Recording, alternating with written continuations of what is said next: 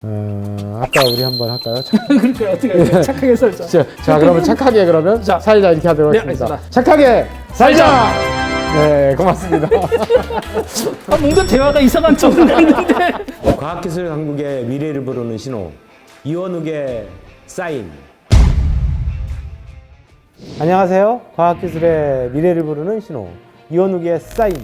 현장에 과학이 있다. 과학을 찾아 오늘은 카이스트를 찾았습니다. 인공지능의 길은 어떠할까? 저는 낙관론자입니다. 하지만 인류는 멸망으로 가는 길일 것이다 라고 하는 부정적 견해도 많이 있습니다. 또 인공지능과 연관되어 존재, 신, 자유의지 등 철학적 문제들도 연관지어서 고민하게 됩니다. 자, 오늘은 그래서 인공지능 하면 떠오르는 우리나라의 대표적인 학자 카이스트에 왔습니다. 과연 누굴까요? 화면으로 보시죠.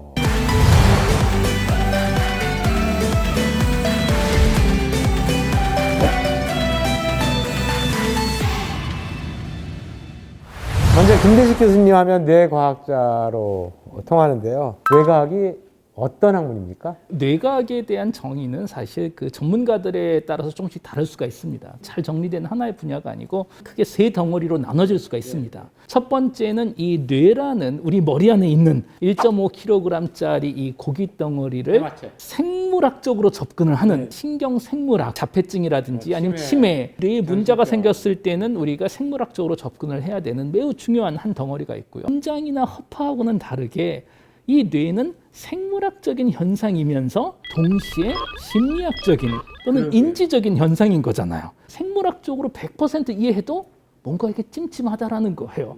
뇌를 심리학적인 또는 인지과학적인 차원에서 연구를 하는 인지뇌과학. 최근에 와서는 뇌를 모방한 인공지능을 만들어 보자라는 차원에 가서 계산뇌과학이라는 분야가 추가가 됐습니다. 카이스트에 인공지능 대학원이 생기지 않습니까? 네. 그만큼 핫하고 중요하다라고 하는 거에 대한 반증일 것 같은데 인공지능의 현황, 받아들이는 속도 이런 거는 지금 수준은 어떤?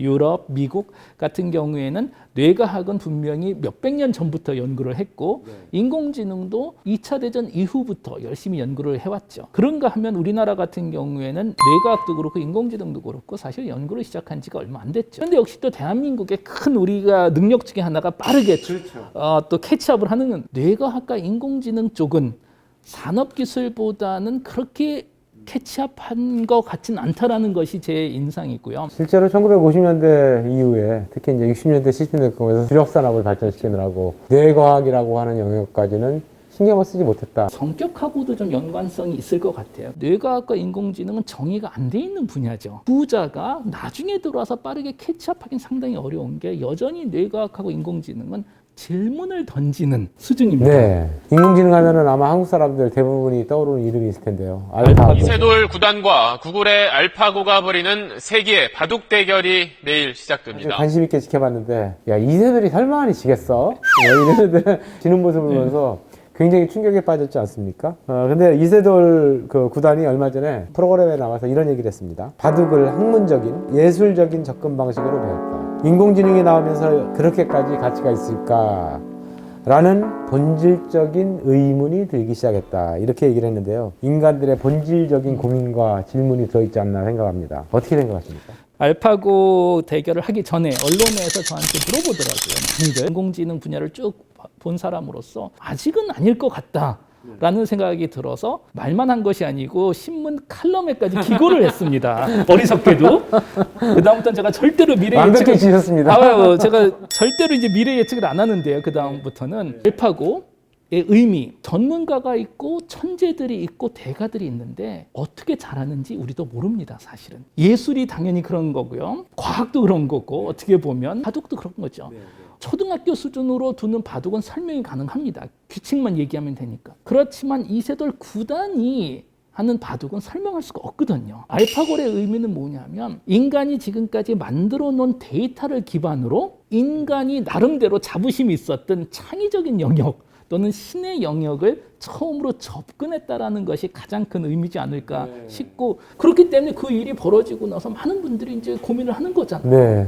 기계가 저 영역까지 들어가기 시작했다면 우리는 이제 기계하고 어떻게 경쟁을 해야 될까라는 질문을 그때부터 저희가 계속 하고 있는 거죠. 제가 최근에 이제 요 책, 여기 김대식의 교수님이십니다. 김대식의 인간 대 기계라고 하는 책을 사인도 받으려고 갖고 왔는데요. 근데 거기 서문에 보면은, 하지만 잊어서 안 될 것도 있다. 바로 우리 뇌 안의 딥러닝이 명품이고, 알파고의 딥러닝은 짝퉁이라는 사실이다. 요거 한번, 그 문제를 한번 풀어봐 주십시오. 알파고의 능력은 대단했지만 알파고 수준의 딥러닝은 전문가 인공지능입니다. 다시 말해서 알파고는 바둑을 잘 두는 거예요. 근데 알파고를 데려다 운전을 시킬 수는 없어요. 못하죠. 그런데 우리 인간은 신기하게도 같은 뇌를 가지고 아침에는 운전을 하고 대화도 나누고 보편성을 가지고 있습니다. 인공지능 분야에서 지금 가장 큰 난제는 전문적인 인공지능을 어떻게 진화시켜서 보편성 있는 AI, Artificial Intelligence가 아니고 어떻게 보면 General Intelligence를 만들 수 있지 않을까가 가장 큰 난제입니다.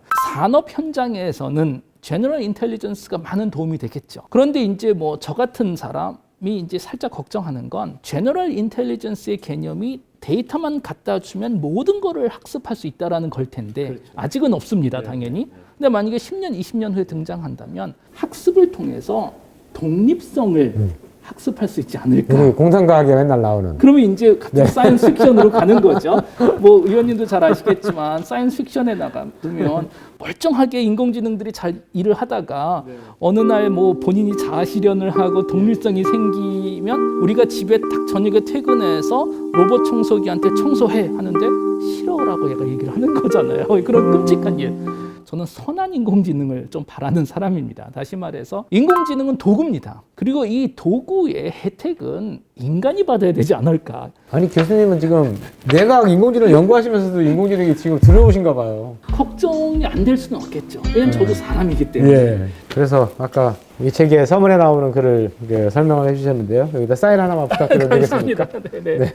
인간의 뇌는 1.5kg, 아까 말씀해 주셨는데요. 매우 작은데 시냅스라고 하는 것이 존재함으로 해서 감정과 뇌, 뭐 기억력 이런 것들을 저장도 하고 이렇게 그렇죠. 하는 건데요. 뇌과학적으로서 인간의 뇌의 가장 큰 특징은 뭐라고 생각하십니까? 처음에 뇌과학을 시작했을 때 뇌 수술하는 그 장소에 들어가고 두개골을 딱 열고 살아있는 뇌를 생전 처음 20대 초반에 봤을 때 가장 그 놀라웠었던 건 뭐냐면 놀랄 게 별로 없다라는, 그게 뇌과학의 가장 큰 매력. 뭐 이제 인공지능이 이제 발전하다 보면은 굉장히 사람의 일은 줄어들 텐데 이미 벌어지고 있는 일 아니겠습니까? 인간이 찾아가야 될 영역은 어떤 것이 있는 겁니까? 네.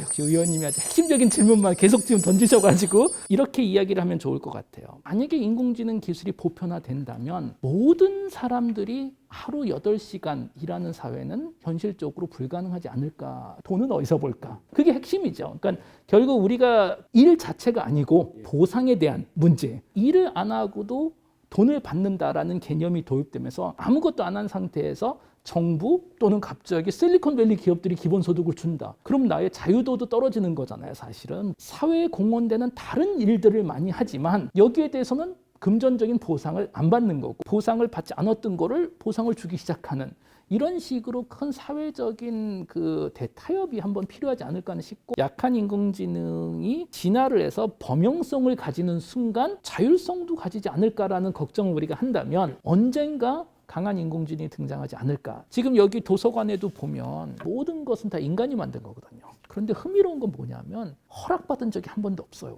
그냥 우리가 한 거예요. 왜냐? 우리가 제일 똑똑하니까. 경험적으로 지구에서 있었던 법이 하나 있습니다. 그건 뭐냐면 제일 똑똑한 녀석이 마음대로 한다. 그리고 이건 상당히 안 좋은 예제를 우리가 만들어 놓은 거예요. 강한 인공지능은 질문을 할 것 같아요. 인간이 제일 강했으니까 지구를 인간 편한 쪽으로 바꿔놨다. 이제는 기계가 제일 강하다. 근데 기계는 인간이 아니기 때문에 세상을 바라볼 때, 가치관적으로 볼 때 인간 시야가 아니고 좀 더 큰 시야로 보겠죠. 그러면 이제 그런 질문을 하겠죠. 왜 공기는 깨끗해야 될까? 왜 이건 있어야 될까? 그리고 언젠가는 불편한 질문을 하나 할 것 같아요. 인간이 왜 있어야 될까? 우리가 지난 1000년 동안 이렇게 환경 다 파괴시키고 다 생명체들 멸종시키고도 뻔뻔하게 살아있을 수 있는 이유는 다들 우리보다 약하기 때문에. 그런데 인공지능 우리보다 더 세기 때문에 그 질문을 했을 때 우리가 뭔가를 얘기해줘야 되지 않을까. 저는 개인적으로 강한 인공지능이 등장한다면 독일식 강한 인공지능보다는 이탈리아식 강한 인공지능을 원한다. 독일식 인공지능이라는 건 규정을 그대로 쫓아가는. 네, 네. 만약에 그러면 인류는 멸망한다. 이탈리아식이라면 그냥 봐주는 거죠.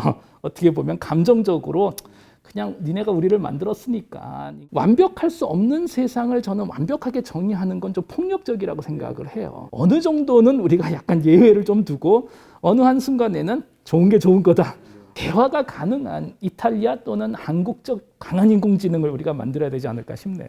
분명한 것은 세상은 바뀌고 있다는 겁니다. 인공지능이란 기술이 언제 현실화될지는 아무도 모릅니다. 이런 관점에서 본다면 사실 이 인공지능 그리고 4차 산업혁명의 진정한 의미는 저같이 나이 먹은 사람들을 이야기보다는 여러분들 젊은 세대들, 인류 역사상 처음으로 기계하고 경쟁하면서 사셔야 되는 첫 번째 세대가 되지 않을까 싶습니다. 여러분들은 지금부터라도 미래 인공지능 시대에 자신만의 경쟁력을 키워야 되지 않을까 싶고 인간으로서 기계가 할 수 없는 무언가를 하셔야 되지 않을까 싶습니다. 인공지능 시대를 대비해서 여러분들이 지금 할 수 있는 가장 중요한 준비는 여러분들이 무엇을 원하는지, 삶을 어떻게 살고 싶은지에 대해서 고민을 하시고 그것에 전문가가 되시면 오늘 카이스트에서 김대식 교수님을 만났습니다. 이미 강의, 서적 등등을 통해 가지고 너무도 잘 알려진 스타 과학자이시죠. 인공지능의 정의, 인공지능이 갈 길, 인간의 윤리 문제, 앞으로